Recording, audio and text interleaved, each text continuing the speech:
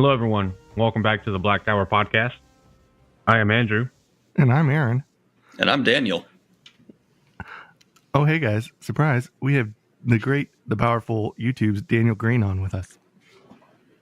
That was way too generous, but thank you. You're welcome. Surprise. We have no topic today except for talking about our favorite scenes and or characters, and we might just talk about whatever we want. That being said, Daniel, would you be so kind as to give us our spoiler warning this week? For fair warning, there will be full spoilers for this episode. Hold your butts, grab a helmet, because we're diving deep into all aspects Wheel of Time, beginning to end. Awesome. There's no beginnings or ends in the Wheel of Time. You know what? I tried my best. It was still really good. But I have to. Someone's like, well, if you read at the beginning, there's no beginning. I think that's like the first line, right? Soundboards. It could be like, Oh, God, please don't be those people. I hate those so much. It drives me crazy. If you guys start doing that, I'm going to start imitating like Jake Paul's editing style on my YouTubes, and we'll see who burns faster in terms of view count.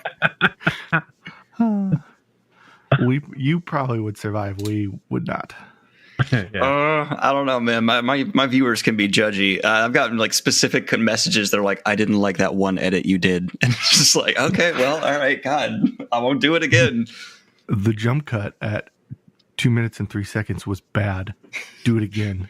Well, I got one that was like, I can specifically tell that you were in the middle of saying something and then you jumped to connect two different sentences, and that's unprofessional. And I was like, well, I'm not a professional.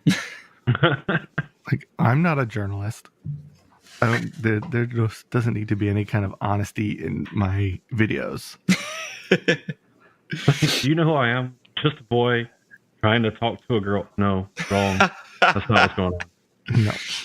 Although I guess now that I host Fantasy News, self-promotion plug, I should start being more professional, right? Because that's legit journalism. I'm not reading other people's articles. I'm doing my own investigation dives, right? Fantasy News, hosted by Gloria Bolger. Oh, God, yeah. I knew the PewDiePie comparisons were going to be there, even though like I've only seen a few of his like things. But I was like, let's just embrace it. Let's lean into it. And it's, I guess I headed off the comparisons with doing the whole thing. Yeah. I mean, you could always like go not the opposite direction, but you can start dressing up like freaking what's his name, Will Ferrell and Anchorman. Oh, God. You want their Corona. That would be, oh, God, just start impersonating Ron Burgundy. Actually, I think I'd go more Brick Tamlin. I'd go for the Steve Carell character. Yeah. All right, so I think we're covering favorite character moments and events throughout the series, correct? Absolutely. Indubitably. I don't Great know use how of the the word. end of that audio bit like synced up so well from what I could hear, but yeah, All right, that is the general topic. So let's go ahead and just there's the always mentioned fan favorites. We should probably just go ahead and get those out of the way, like the Matt fight with Galad Gawain, Lan at the end, his last stand. They're worth talking about. We should talk about them. Let's just get those out of the way. So, why was a farm boy with a stick able to beat two trained swordsmen at a 2-on-1 combat? Yeah, they were city boys though. City boys. So it's just the country stubbornness coming through. Too stubborn to lose a fight. Look, they just don't make them in the city like they do out in the country. Right. What's that? That old blood. The Manetheren blood.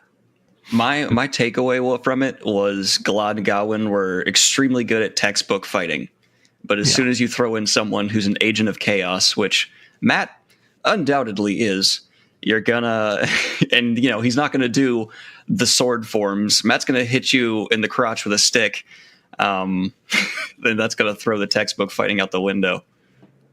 Well, I mean, even their instructor comes over to him and is like, we've talked about this. You boys know that a quarterstaff almost always beats the sword. Like, is that a real thing? I mean, I think it could be because, I mean, it's a very versatile, the way the quarterstaff works is a lot of blocking with one part of the staff and being able to swing past with the other part of the staff and like carrying blows more so than just catching and stopping them all the time. Mm-hmm. You have a little bit of like longer reach for the quarterstaff than you do with a sword. Yeah, I was gonna say you add the longer, it's so much taller, and it hurts like a lot to get whacked with that thick piece of wood. And I imagine it would be frustrating for a swordsman to get hit with a stick in front of all of their peers, fellow students, and people they're trying to impress. And then when you get frustrated, you get sloppy. Yeah. Oh, and you're exactly right. There's no way getting hit in the face with a stick is not going to rattle your composure. I don't care how deep in the void you are. A stick to the face is a stick to the face. Yeah. Well, yeah, because there's a point where like even Matt's like, I hope I didn't just kill Galad. But like the funny part is like the entire crowd is watching. Instead of being like, wow, they're not that cool, they're just pissed at Matt. Yeah, of course, because they're hot, and that's how the world works, unfortunately. Those guys are hot. It doesn't matter. How could you hurt Galad's face? And he specifically hits him in the face, if I remember correctly. Yeah. Or the head. But there's always the debate, like, oh, who's the best swordsman in Wheel of Time? Is it Galad? Is it Lan?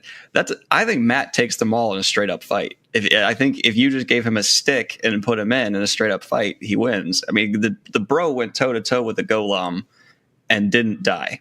To me, that's an immediate you're on top. And gotta be the best.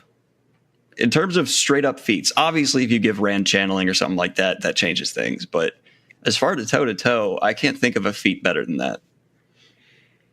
Yeah, as far as like just straight, not really. Well, yeah, hand to hand combat kind of things. Yeah, I'd agree. Matt probably win 95% of the time. I think his luck would win. Tomanis from the Red Band comes in pretty close second. He took down, I don't know how many fades during the battle for Camelin when he was already should have been dead. Which is legitimately just impressive. Like, it came out of nowhere. It wasn't exactly earned, but it was badass. And that's all that really matters, right? Mm-hmm. Look, luck trumps skill anytime. It's better to be lucky than good, I guess. And it just helps if you're both. And having cannons trumps most other things. Yeah. I don't care how fast a fade is. A cannonball is a goddamn cannonball. And eventually she invents exploding ones too. Yeah. Right? Well, you have to love Matt because he just likes blowing shit up. That's why, Matt at the end, he's just a more matured version of the Matt you see in the intro with the Badger. Except instead of like doing things to just kind of like get a laugh and make people run, he's just being mischievous on the battlefield. Yeah, absolutely. He's still the Matt who in book 3 threw fireworks into a fire to cause a distraction, which is a very careless move, but he's still that guy. And that's what we love about him, He's the mischievous other word there that means mischievous. Yeah, I don't know. And the relationship between him and Tom is solid gold. Oh, yeah. It for sure is. Everything you can see, like, Tom is almost like he's, this is like almost an estranged son of sorts. But you see that develop more to where he almost looks at Matt as kind of like closer to a peer rather than like, a young boy, which is golden. I love it. Which it reflects Matt as a character. He's someone that the more people get to know him, the more they respect him. Like, yes, there's always the first impression, but if you spend time around Matt, there is a wisdom to him. There is a genuineness and an authenticity that will win anyone over. I mean, you see that especially in Elaine. Like, she at first is just like, oh, I can smile at him and flirt and I'll get him to do what I want.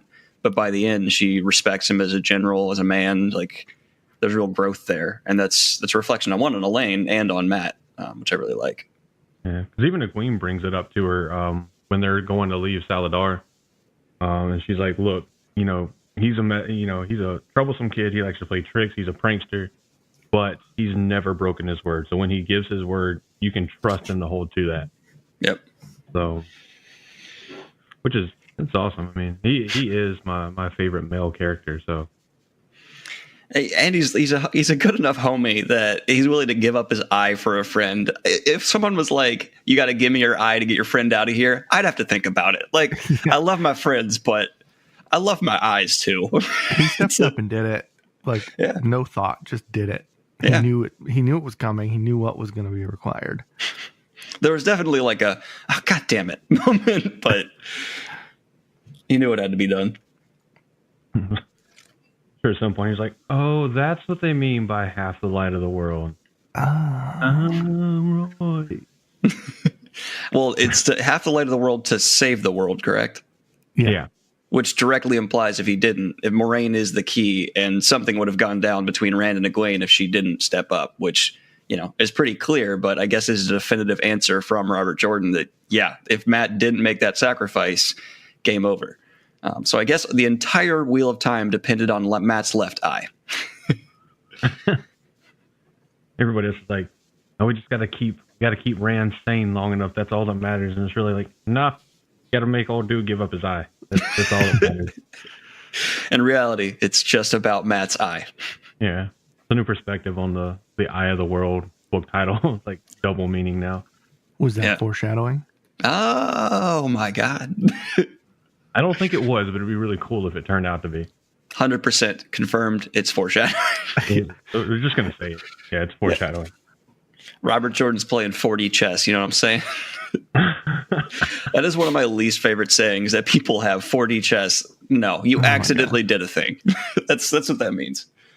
4D chess. Does that come from Star Trek?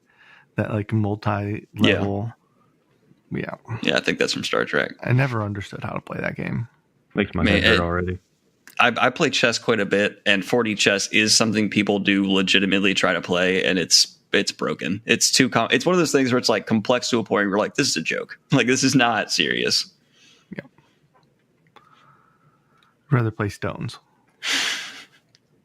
So, I don't mean to totally veer subject here, but there's another like favorite moment of mine that not enough people show love to, and it's something like, I have a big soft spot for Tam, like huge, and the scenes between Rand and Tam I always find to have like huge emotional weight from beginning to end. That there's just a lot of meaning there. I mean, his dad, yeah. Like, I think for me, like, he's if you had to have, well, I mean, everybody has a dad, biologically speaking, but. Are you excluding test tube babies? They still have a biological father. True. I don't think we can artificially create sperm. Well, okay, back on topic. Anyway, okay. Damn. But he's like, he's that father figure that, that I think you have to love, because, even whenever it's like, this random woman and her follow behind from Tar Valon want to take your son far away for little to no explanation, and he's just like, do what you got to do, boy. Just come Take back. My sword with you. Yeah.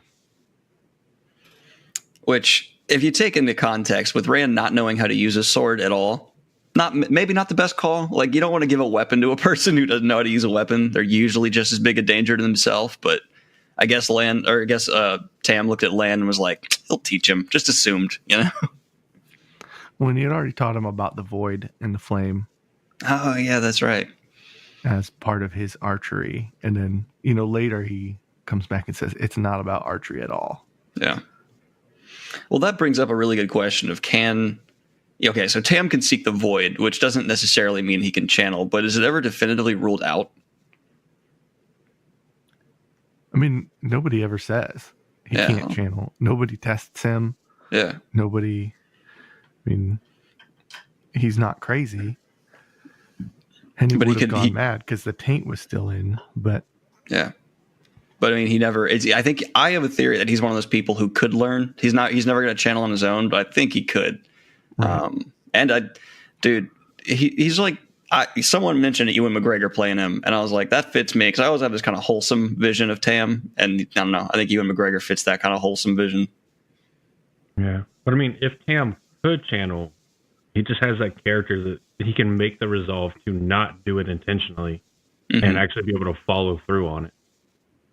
But I think if he could, whenever Rand's pulling him through the woods and everything after he got injured by the Trolloc, I think in that state of mind, he probably would have if he could have. Because that wasn't like normal Tam. That's, I'm dying Tam.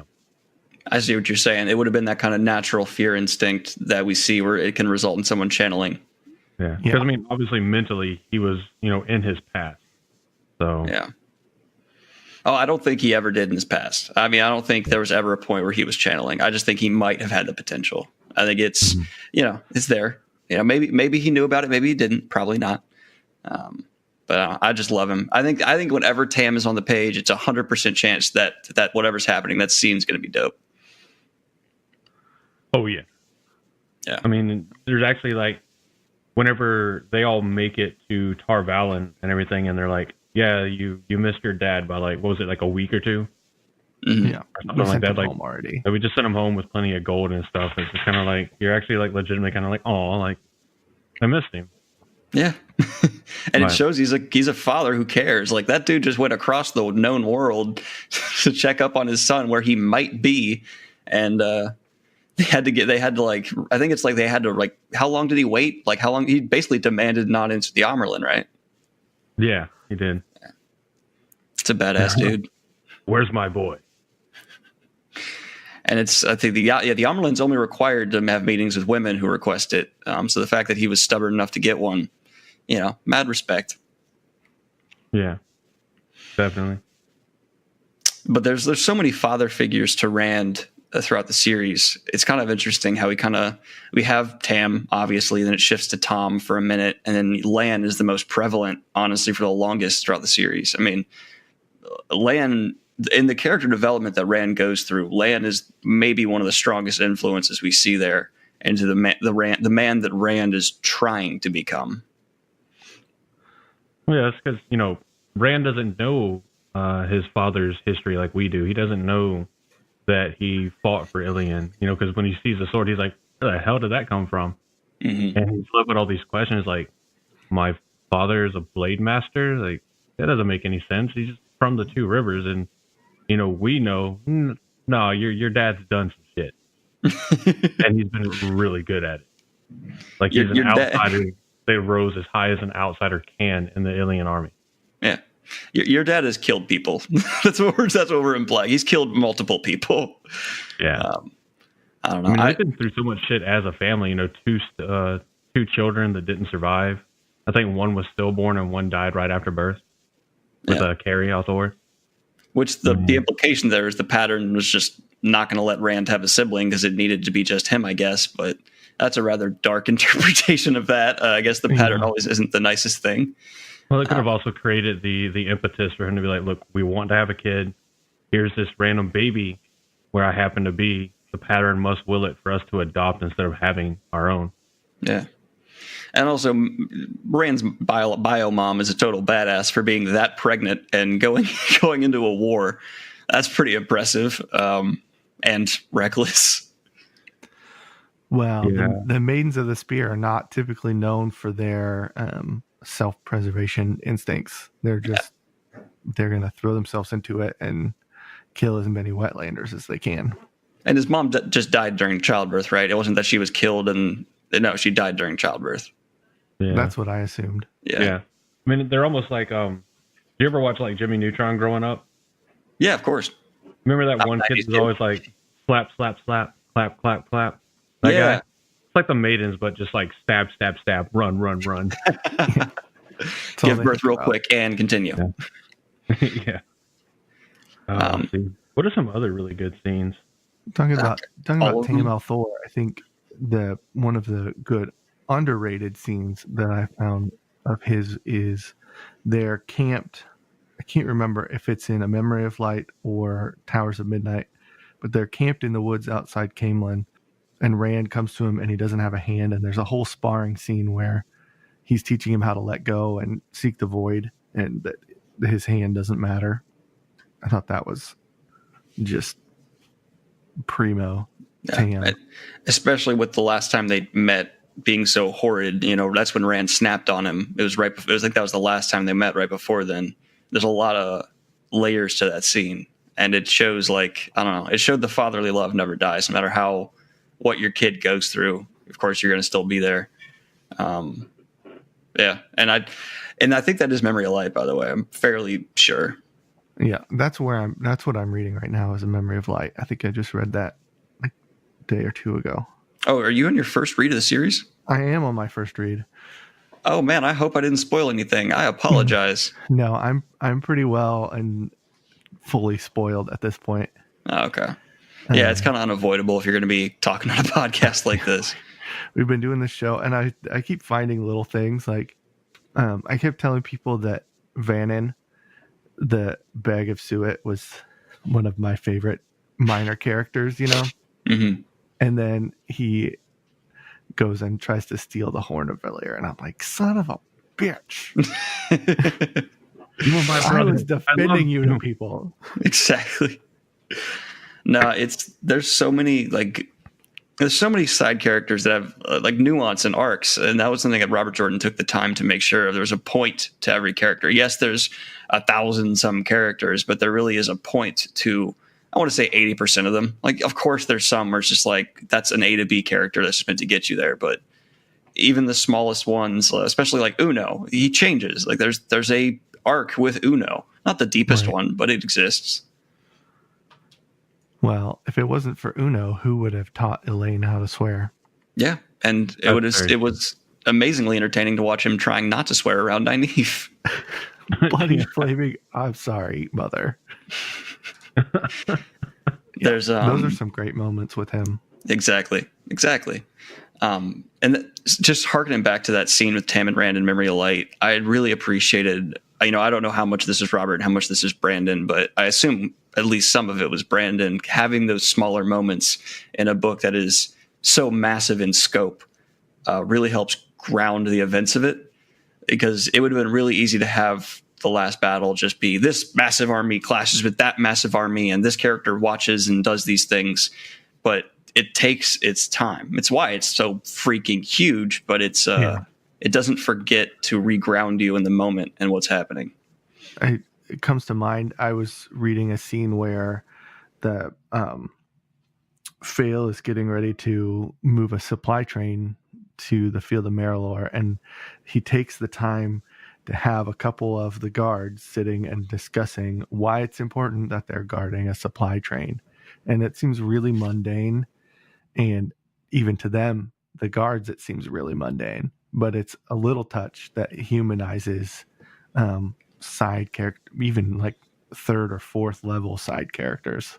Yeah, that's like super organic for Aaron and I, being, Aaron having been in the military and me still currently in, is we legit have those discussions like, this is a dumb detail. Why are we doing this?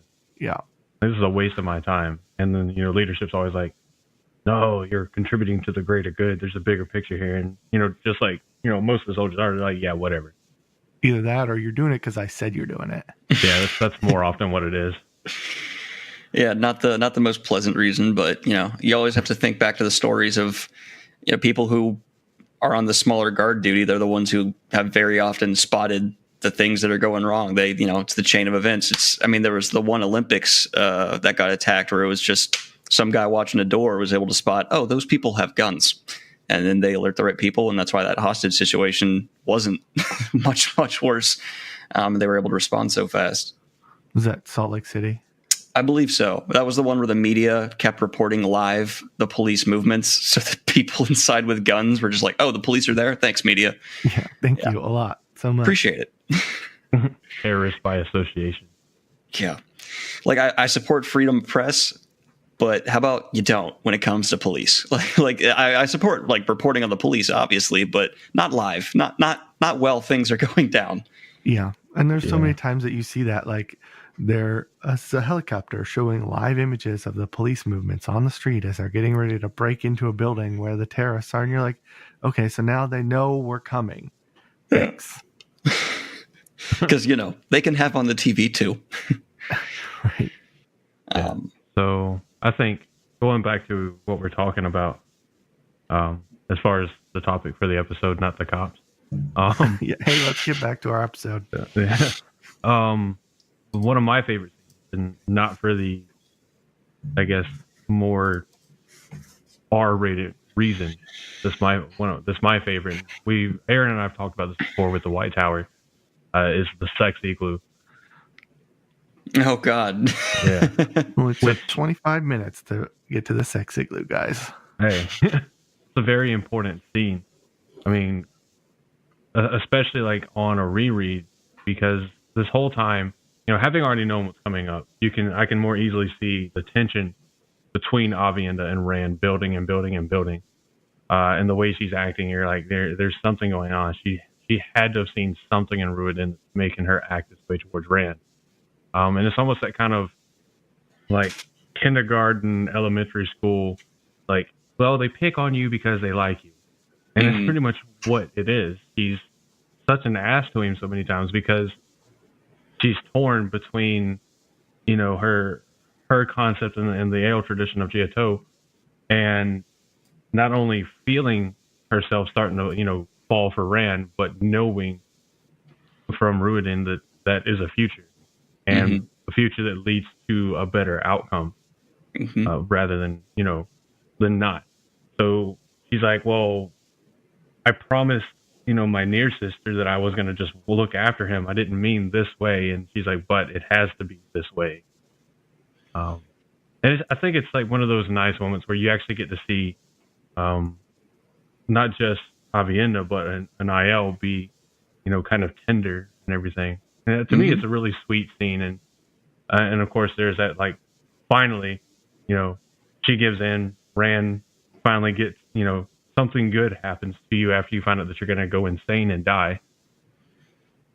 But I really like the scene. I thought it was really important. I'm sad that it's like one of the very few scenes we get where we actually get to see like Trimble King in that kind of area.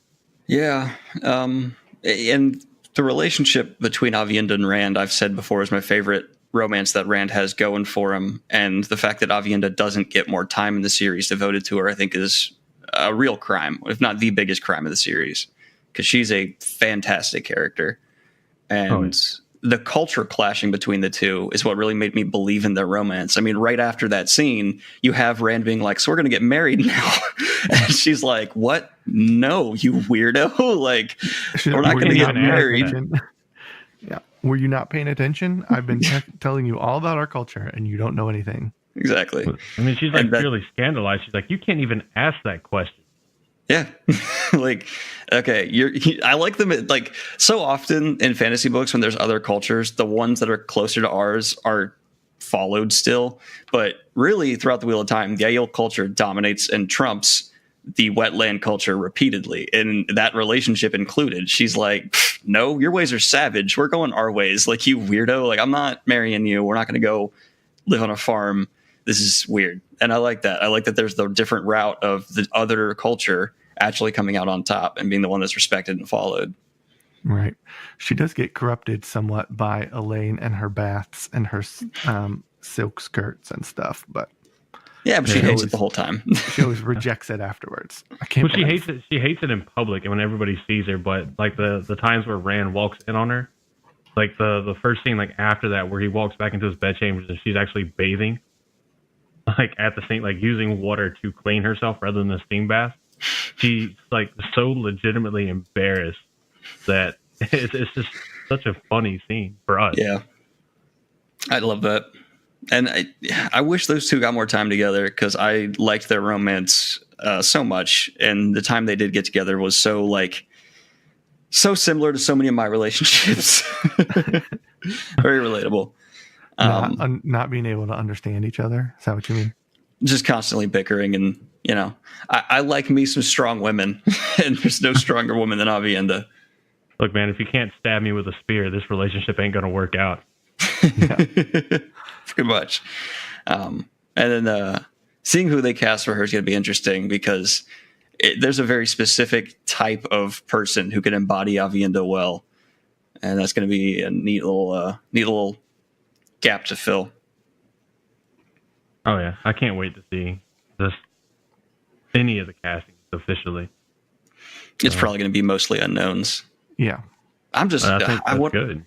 Yeah, I agree. But at the same time, I want Amazon to give this show the budget they're giving Lord of the Rings. And the fact that they gave Lord of the Rings that big a budget has me worried, like, how much do they have left that they're willing to spend on this? Amazon, I think they just overtook Apple as the most valuable publicly traded company in the U.S.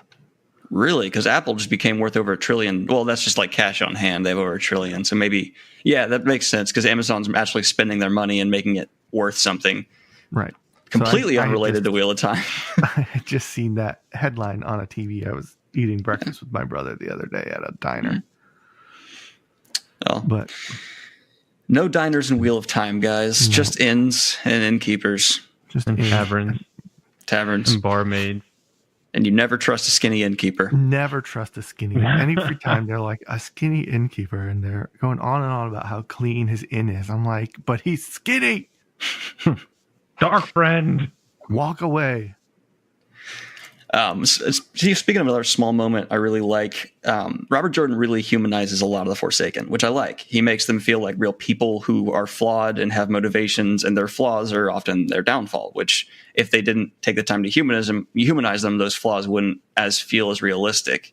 But there's still a couple moments taken to remind us how monstrous they really are and how little they value life. Like the torture scene with the Aes Sedai and her warder, where she legitimately zones out and is so in her own head she doesn't realize she kills the warder. Yeah, pleasures the man to death. Yeah, literally. That's a level of monstrousness and like just not caring about life that is legitimately, even in a fantasy book, shocking. Killing a person inadvertently, accidentally.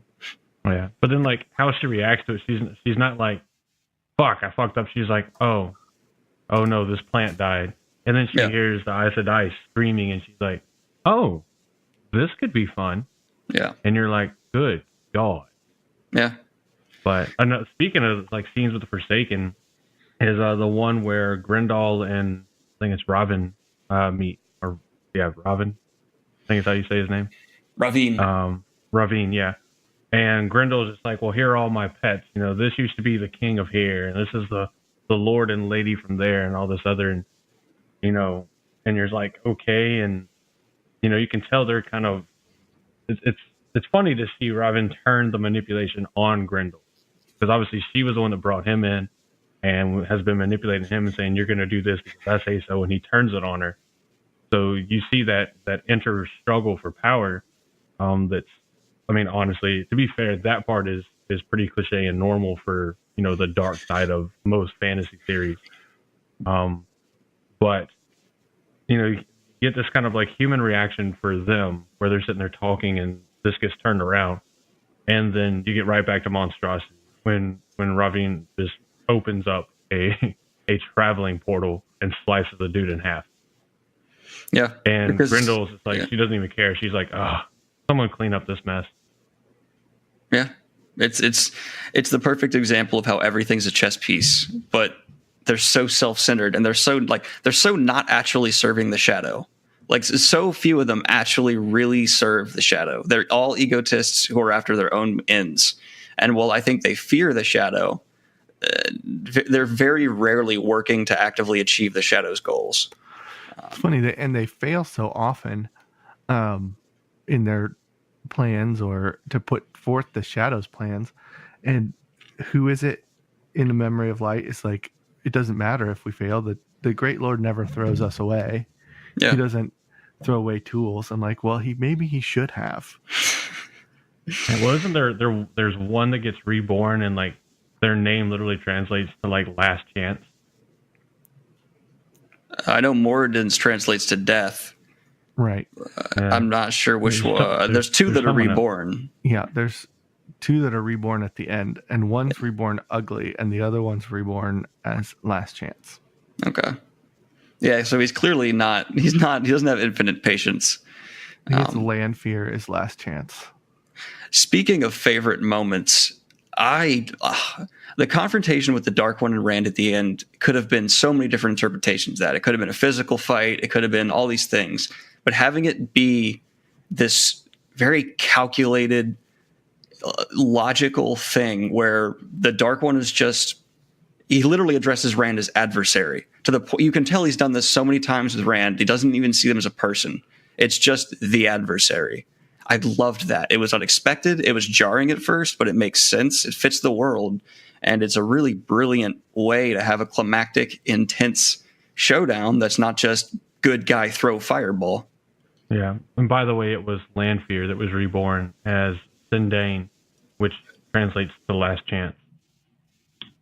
Yeah. that's I what thought it, but I didn't want to say it and be wrong. Because we know how that goes. You were I afraid? wasn't afraid. Cautious. Cautious. I've kind of given up on trying to keep all the Forsaken straight. Like, I really like them; they're wonderful, but God, there's 13 of them, and they all do so much.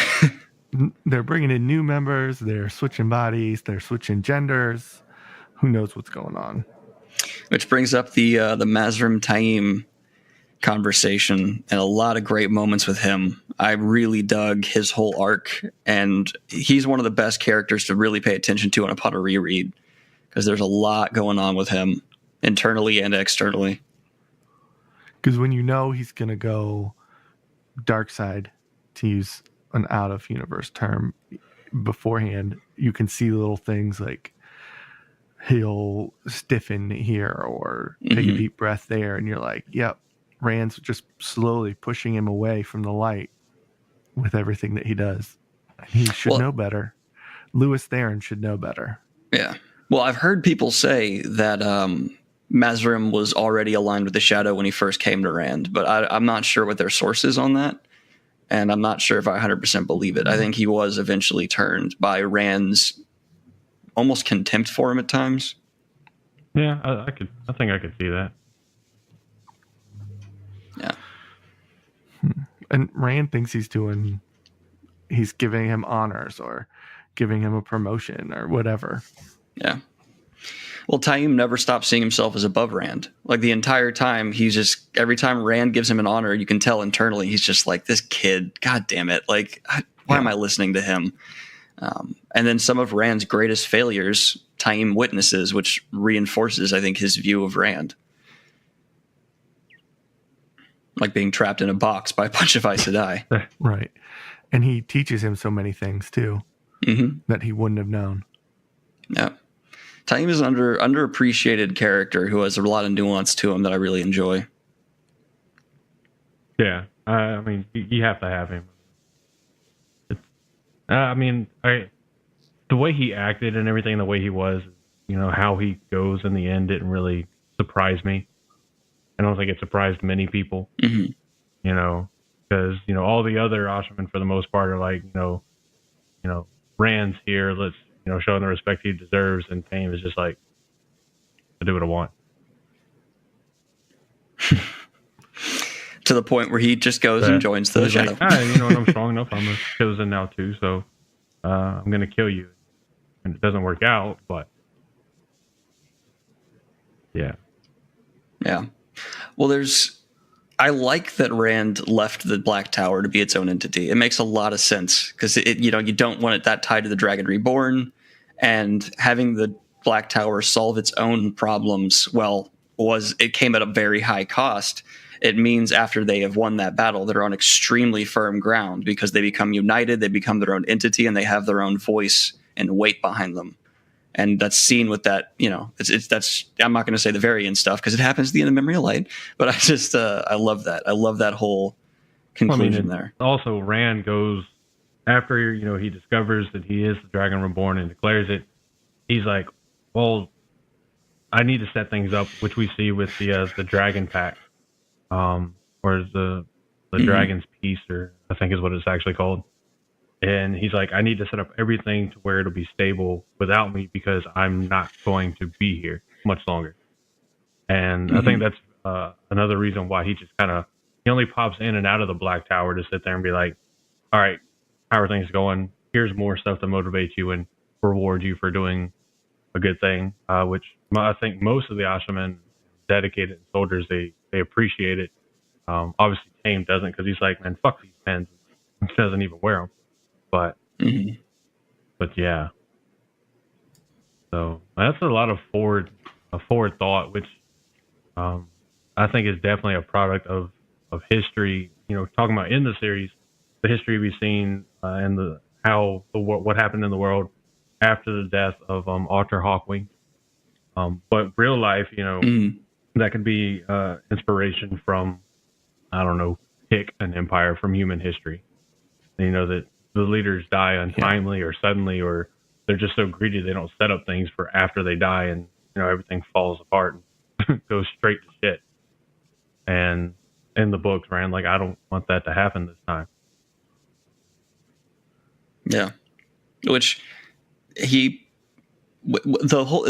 ending. Oh, I don't want to. That's heavy spoilers for Memory of Light, and I want you to read Memory of Light as best you can. So I'm not going to go into. I'm like 70% through. Have you gotten to Avienda's vision? Yeah, I'm into the last battle chapter. Okay.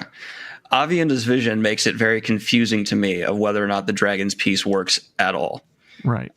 I took it as a possible outcome that the Dragon's Peace probably solved, but there's a lot of implications the Wheel of Time that visions like that are absolute truths. And if that's the case, there's no free will in the Wheel of Time. Everything's been laid out already. But there's a whole lot of debate to be happening there. I mean, no free will in the Wheel of Time is kind of a drastic conclusion to come to, but it is one that there is evidence leading towards. That's the argument with the Taviran, right? Like, you can make your own decisions. You can try to resist your fate, but the more you resist, the more fiercely the pattern's going to snap you back into place. And it won't be kind about it. It's not going to say please. Yeah. I think Matt says at one point, try going against the pattern. Try going against Taviran and see what happens to you. We see that with him when he's in the Stone of Tyr, right? He can't even, the pattern needs him to stay right there with Rand. It's not willing to let him go yet. And he literally can't even say that he wants to leave. Or he tries to like walk out so many times and he can't get past a certain distance before turning around. And then later on, when they're already separated and the pattern's like, you need to come back together, they it starts with like flashes of color that they start to associate with each other. And then they start like randomly having visions of what the other person is doing. And they're sitting there, this new thing that they're like, Matt's like, okay, I've got all these dead people's memories. Cool. Pear's like, I can talk to wolves. Cool. Rand's like, I'm a big badass, but I'm going to die because shit happens. And then, not cool. Until he gets to the point where he's like, I wish I would just die already. Emo Rand. Yeah. But. Well, that's Lewis Theron poking through. Rand, man. Your Lewis Theron is showing. But then they throw in this thing and they're like, and they start like, why am I seeing Rand? Why am I seeing Matt? Why am I seeing Perrin? And I think Rand's the only one that really takes it pretty chill. And he's like, well, that must mean that, we need to see each other and everything. Whereas Matt, like in classic Matt fashion, is like, this is annoying. Hey, stop. Thanks. Bye. And Perrin's just like, He's like, Rand and Min are at it again. Damn it. Perrin's busy having a deep relationship with a wolf. Yeah. I would be so unnerved if my friends could see it on my life like that. Like, how's your boy supposed to take a poo and relax? This is it's an intense situation right now. And they see some really mundane, like, oh, how's Rand doing? Well, he's shaving right now. I know that. It's like, oh, that must be really fun. Well, when they see it, it's not in the first person, right? They're seeing it from like the outside, strangely. Yeah, it seems like they're getting a bird's eye view, third person view. The over the shoulder shooter of what's happening. Which is a point of view I hate. Which is strange. Yeah. It's strange. Like, who decides where it is? What if there's someone standing there? Do you just see like someone's heart? I don't know. Like, this is getting weird. Just like that awkward cameraman that's in the wrong spot. Exactly. You see him trying to get out of the shot really quick. Oh no. Sorry. Which I found kind of funny is like there's never a moment where they tell other people they're having those visions, which is low key not cool. Because if you're in a relationship with someone and someone can see through your eyes at any second, I'd let the other person know, like, hey, this is happening. I know it's awkward, but fair warning. I think there is. Really? I can't remember. I want to say it's Perrin telling Vale because he decides he's just going to tell her everything. Okay. And I think he at some point says, I know where Matt and Rand are because I see them randomly and flashes of color. Mm-hmm. Yeah. Okay. I mean, if he does, good on him. He's the only one. Yeah, I don't think there's ever a moment with Rand and Min. Yeah. Yeah, I don't think he ever tells Min anything about that. No. Speaking of relationship goals, I think Perrin and Hopper. my favorite relationship is Loyal and Irdith. Or Irdith? Is that it? How you say her name? Whatever. Loyal and his wife, because there's this whole dynamic where he's throughout, I don't know how many books, like 10 books or something, he's going, I don't want to get married yet. She's going to make me stay at home just like every other married Ogier. She's going to make me stop writing my book. She's going to make me stop having adventures. I'm never going to have any fun again. She's going to control my life. And then they get married, and all she does is stand up for him, tell him that he can do what he wants, and say, to other people, why can't my husband do that? Mm-hmm. Who are you to tell him that he can't speak at the Great Stump? I always felt like of all the relationships in the Wheel of Time that are modeled for us, theirs is the most healthy. And according to the way that Loyal talks about her ears and eyebrows, she's like the Scarlett Johansson of the Ogier world. Yeah. So, there's that on top as well. she is a dime piece. Exactly. But no, you're absolutely right. It's underappreciated for sure. Yeah. But I mean, you do see him slowly kind of like entertaining the idea, because he starts like, he'll be talking about how he doesn't want to do it and he's worried his mom's going to make him get married. But then you're like, but she does look pretty, she is attractive, she does seem nice. It's like he's talking himself out of it, but into it at the same time. Right. He's always like, well, how I would never finish my book. She'd make me stay at home. I'm like, homie, write your book about her. Yeah. Clearly, there's enough material to work with there. All right. I love whenever Loyal's fighting. I think it's multiple times. He has the thought like, I can't die. I got to finish my book or something like that. Or there was one point where he's fighting and singing, and all of the wood that any of the enemy are carrying, sticks, handles, anything, it all kind of starts growing and sprouting buds, and it like roots itself in the ground. Which is goddamn brilliant. Yeah. Everybody wants to see Demise Wells on screen. I want to see that scene. Mm-hmm. I hope that the show lasts all the way to the end so that I can see some of the shit that's in A Memory of Life. You think you had a bad day? There I was, just trying to fight with my lance, and it turned into a damn tree. What the hell's going on? Stupid Ogier. Yeah, I when it comes to Demise Wells, there's obviously the Ashaman kill, right? That's one of the most talked about scenes in Wheel of Time, and they can depict that a lot of ways. I really hope they don't make it like a fireball. I hope it's not like this grinder. I want the explosions, the Ashaman to create almost to be like an impact grenade, like something you feel in your chest, and that's happening to people. Like, I think that would be the best way to represent it, because it's about their power. It's about the impact they have with their presence, and nothing has an impact like the shockwave of those kind of just raw explosions, if you know what I mean. Well, the way it's described, because they're training on boulders, and they just shove weaves into the boulder, and then it just boom explodes. So it seems like it's more of like just an absolute force thing than it is, any kind of like fire or anything like that. I mean, that's the whenever I read it, and based off of the training we see the last time Rand went to the Black Tower, that's how I envision it.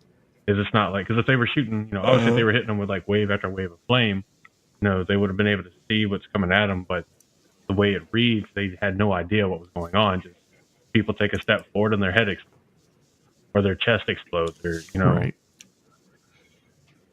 When I read it, I view it as that scene from if you guys have ever seen Band of Brothers, the TV series. Absolutely, one of the best TV series of all time. There's an episode right in the middle where they're in the woods. It's the Battle of the Bulge, and they're just getting pounded with artillery. I can't remember which episode it is, but they're just getting pounded and pounded, and it's like whoever's point of view you're looking at it through goes like deaf, temporarily deaf. They can't hear anything, and you're feeling the explosions through the visual effects that they're doing and the what's hitting you in the low end of the sound. Mm-hmm. And that's how I read Demise Wells, is like this kind of dazed point of view. You're not really seeing everything, but you're feeling the explosions. The ground is like knocking you up sometimes. And I think if they could do something like that, they could really pull it off. And I think the best way to prove that point, that what you're saying is exactly right, is a traditional explosion that's a fireball wouldn't have caused the Aiel to flee. It takes more than that to make Aiel run away.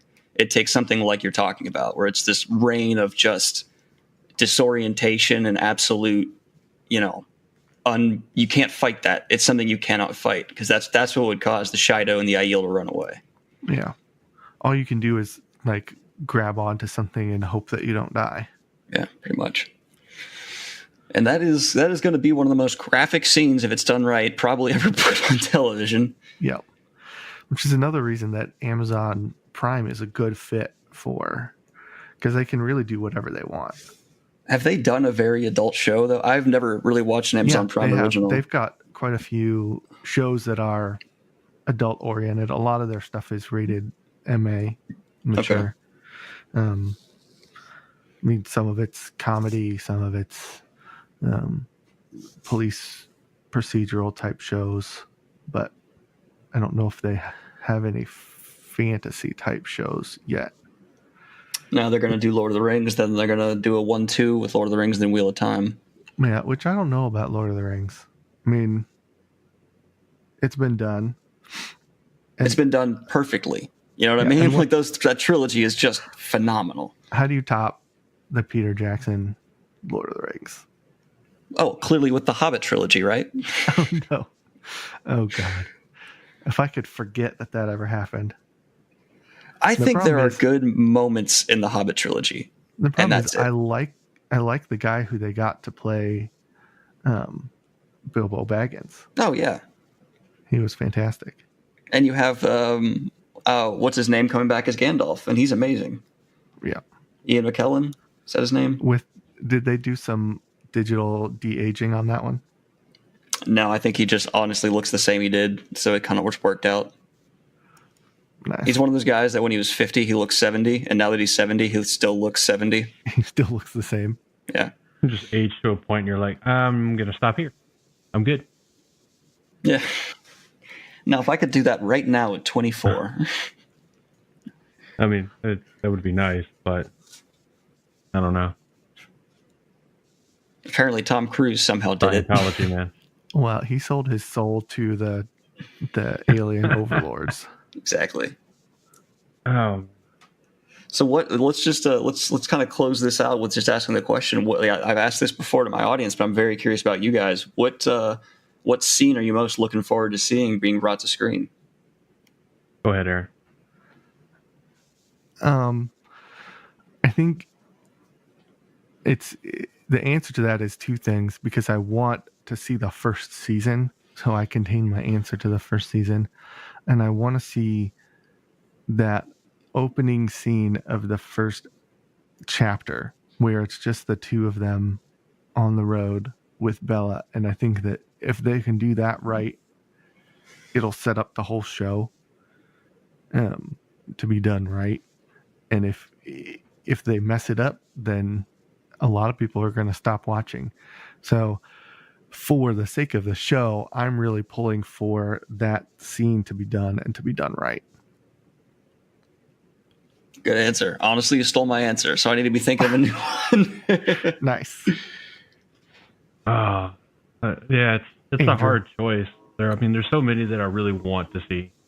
For obvious reasons, I want to see all the battle scenes, especially the first, not the first battle scene, but the second, I guess, battle scene at Edmonds Field, where Perrin is, the Lord Golden Eyes. I think that's... Oh, yeah, the Battle of Edmonds I think Field. that's going to be a really cool scene. But I also really want to see that first time that, Matt is in command of a group and he just happens to run up on me. He's just like, follow me. I feel like we should go here. And they're just running around wrecking. He's trying to stay Yeah. away from the battle and ends up like running straight like winning every battle, but winning every battle like decided. And killing Cooladin off screen. Cheeto Cooladin. But as far as like just a regular scene that I want to see, is I want to see how they deal with showing traveling, and I want to see how they deal with making that scene where Avi in a panic travels, to Tremel King, and Rand has to find her and everything. I want to see can they really get the suspense that right, and then the relief whenever she finally starts to stir awake, and then that kind of like but also like fucking finally, whenever she's like, you're going nowhere, come here. So I think that could be like one of those like really nice, like heartfelt kind of moments. But obviously that's going to be a little ways into the TV adaptation. Absolutely. Well, yeah, that's a really good pick. I like that your go-to is the sexy glue, my friend. When in doubt, sexy. It's his favorite scene, and he's not ashamed to tell you. But you gotta make sure people don't think it's wrong.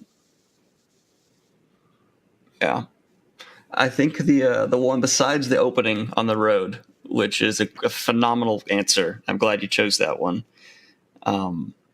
The scene where Rand has to kill one of the Ashaman who's gone insane.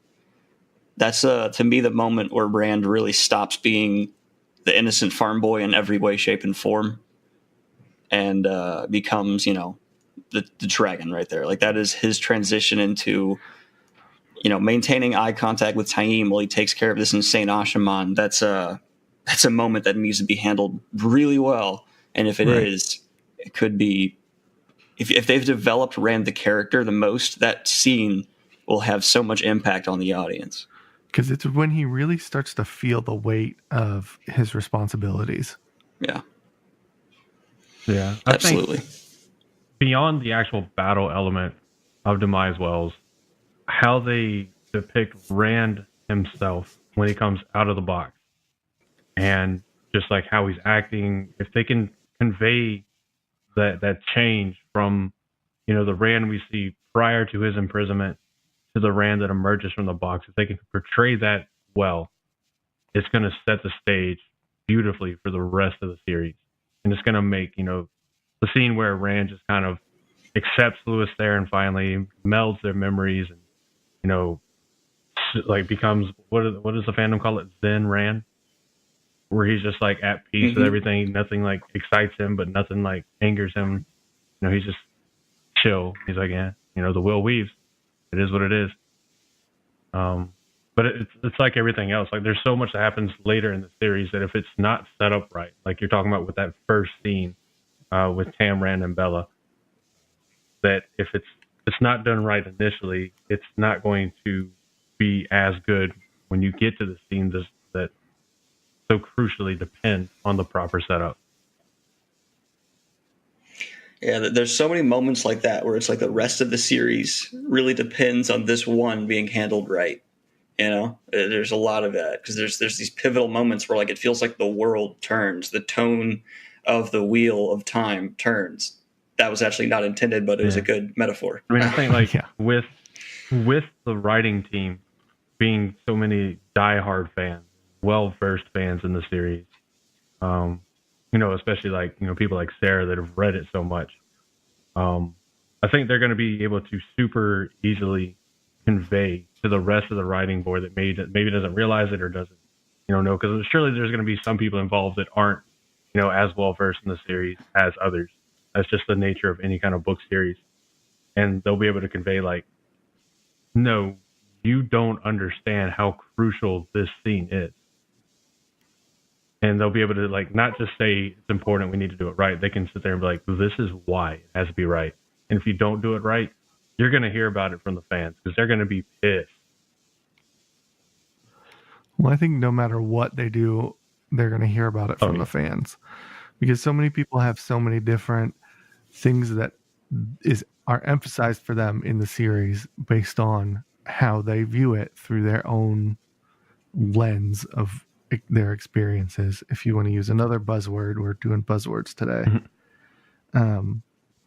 So people are going to be pissed that their favorite scenes, experiences, characters are being overlooked, misrepresented, whatever it is that the writers decide to torture us with. I mean, that's where some of the nobody's going to be 100% happy. And that's where some of the responsibility is on us as a fandom.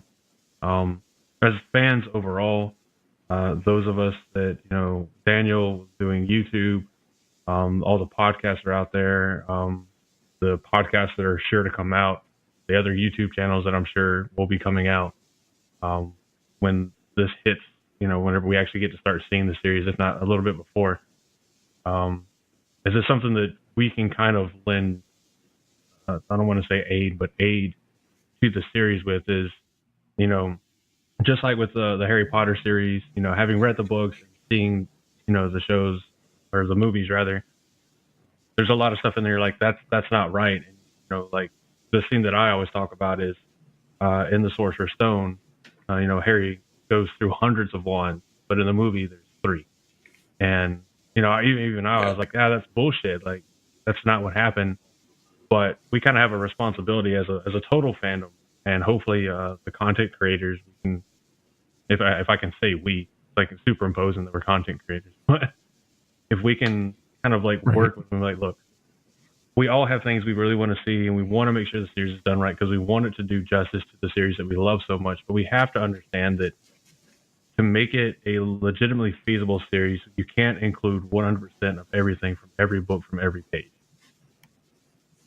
Yeah, absolutely. And you're dead on. And there's certain things that just will not translate well. What you just mentioned is a prime example. You know how bad Harry Potter would have been if we spent 20 minutes watching him go through 100 wands? Like that can't translate. People need to, and people have a hard time with adjusting to the fact that it's not only things have to be changed, some things should be changed.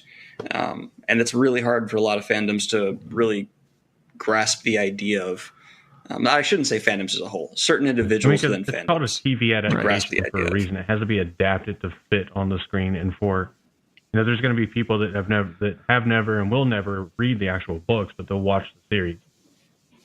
So things that might be important to us, someone that hasn't read the series, they're going to be like, why are we spending 5 minutes of a TV show looking at a bunch of like dresses or whatever? Yeah. Exactly. Or why does this dude keep talking about lace? Who cares? I think the opposite is sometimes also true, though. Sometimes you can't change too many things because then it gets rejected by the fandom. And without a fan base to start and get other people to watch it, nobody's going to watch it. And I'm looking at you specifically, the Sword of Truth. Or the Seeker of Truth, whatever, as a great example of a series that got changed too much and failed because of it. Oh yeah, there's a balance. It's a balancing act. Yeah, I mean, I have a lot of faith in Rafe and Sarah and everybody else that's involved in the production. The thing I was reading the other day, there's some guys from was it Red Eagle Entertainment that are I think helping with or potentially helping with it. Obviously I can't remember everybody's name. That's scary. Yeah. But I have to have a lot of faith, and I think we all do.